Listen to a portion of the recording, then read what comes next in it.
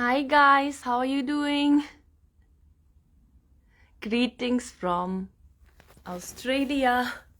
I'm the admin of the Arcturian group. I'm Aurina Gatifola. I'm a healer, I'm a seer, I'm a multidimensional being. Today I would like to talk about the curses of the pharaohs. I have been in Cairo, I've been in Egypt, and I saw quite a lot of things. I have been to the Valley of the Kings, and a client of mine sent me a video and he asked, what happens if I go to Cairo? What happens to those curses? Because it's a protection of the pharaohs that not everyone can abuse those powers and energies. So then I told him, I said, when I went, hi Natalia, I said, when I went to Egypt, I didn't face any curse, nothing. But so I just would like to count and list the possibilities of curses and interpretations. Hi Anuman, hi Lavali. So the first of all is, I was in the pyramids. The energy was very, very strong. So I'm a fit person. I'm hiking a lot, I'm swimming a lot. I don't get muscle pain that easy. I grew up with sports. But when I went to the Great Pyramid, I got a huge, big muscle pain the next day. The energy was very intense. My body was vibrating. I was crying. I couldn't move till that beautiful guide gave me a prayer and he did let me be in the tomb. He actually stopped all the foreigners and tourists of coming into the Great Pyramid. And he said, you have 2 minutes, you can lie in the tomb. Still, I wasn't able to get up. He was helping me a lot. He was very kind. He didn't ask for any money. So the first thing is, it was not a curse, but the energies are very high. If a body is not prepared for those high energies, which is also important when you have initiations. So when I do activations, healer activations, starseed activations, I'm going to prepare your body with you so that the high frequent energies can go easily through your system, through your body. So this is not a curse, but it can hit you in your face if your body is not alkaline, if your body has certain blockages energetically, family curses and whatsoever, and the high energy is trying to get to your body, it can make you sick. But that's not a curse, that's something which those days people couldn't explain. And even in initiations, the priest and priestesses would die if their body wasn't in alignment with the high frequency, okay? So that's the first thing. The second thing is, when I was in the Valley of the Kings, I had a guide. I was so tired, I was so exhausted, and I couldn't think anymore. It was hot and I wanted to go there, and then a guy caught me and he said, oh, you need this and that, and he helped me. But then by the end of the day, he was actually trying to get more money, but I was too tired to think clearly.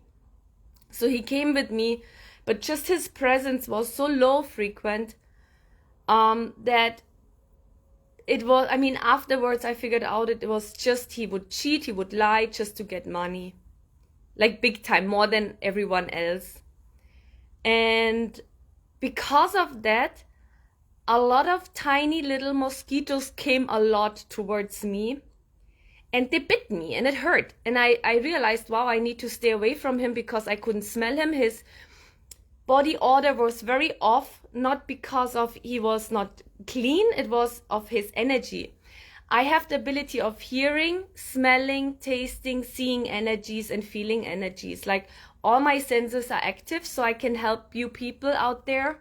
Is that nice, a way to say? So I can help you out there to activate your psychic abilities. It helps me to guide you. So because his energy was totally off and it was in disalignment with me, those mosquitoes came and they bit me. They were tiny little mosquitoes and they bite really fast. And then he said, oh, if they bite you, you have to go to the hospital. Of course, I knew I don't have to go to the hospital. So, but something I realized even many years ago, if you have ticks biting you, that means you have either energy vampires around you, or the frequency is off, or there's some imbalance within you. So ticks come only if there's energy vampirism around you or in you.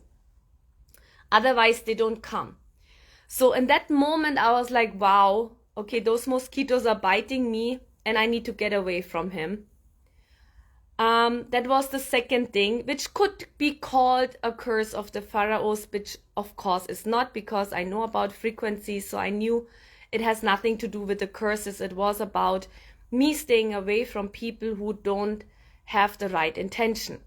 So coming to the third point, if you go to a holy place, what is your intention? Is your intention selfish? Is it just for your own gain and purposes? Or is this for the good of all? Sometimes you think, or people think, it's for the good of all when you go there, but actually it's not, because the heart knows best. And then, of course, your intention is maybe not the purest, or your intention is the purest, but then you don't have to be scared of any curses. And that's wherever you go, if you're in alignment with nature and the intention you have to serve humanity, you don't have to be worried about any curses. Yes, curses do exist. So I don't know, are we at number 5 right now? So the fifth is, what happens is also when you go to all the tombs and valleys where the sarcophags are and the mummies, of course, there are a lot of bacteria, viruses, fungus. Did you know that penicillin is a fungus? Antibiotica are fungus to kill certain bacteria in your body, but it kills the good and the bad ones. So penicillin can help you to stay healthy, but at the same time it can make you sick if you use it the wrong way. It can lower your immune system if you don't know how to use penicillin antibiotica. So the same way, those days people didn't have a strong immune system. They would open up those caves, tombs, whatsoever. They had a lot of fungus, viruses, bacteria, and it would affect them. So they would call it the curse of the pharaohs, but in reality it was just some sickness because the immune system was not how it should be. So those are the most important points which I felt I need to talk about, why people are talking about the curses of the pharaohs. Everything is explainable. Yes, there are curses, as I said, but if you have the right intentions to do something, you shouldn't be worried about those things. It's about knowing yourself and it's about knowing what's around you. I always communicate with nature. I always make sure when I do activations, I do starseed activations, it's a 4-week course. I do healer activation with a 7-week course, but I make sure that body, mind, and soul is in alignment. And yeah, there's a preparation, like in the old Egyptian, Atlantean, Lemurian times. How I learned those things, it's an inner knowledge. I have a lot of inner knowledge because I work on myself. I make sure that my intentions are right, and I make sure that whatever I do is in alignment with my soul. We all have different purposes. So just because one person goes to Cairo, it doesn't mean everyone has to go. Because we all have different purposes all over the world, and you're important wherever you are. It's not all about traveling. People always say, oh, you're traveling so much. Yes, there are advantages and disadvantages. It's in alignment with my soul, but it doesn't mean it's in alignment with your soul. So your soul has a different purpose than what I have. So please don't look at each other and what the other person has or not has, but look at yourself and see what you have and what is important for you and your mission on this planet. If you need any help, you let me know. I'm Orinaka Tefola, and yeah, just keep sharing your experiences. Please don't share experiences which other had. Share your own so that it serves humanity. Okay, I love you guys very much. Talk to you soon. Bye.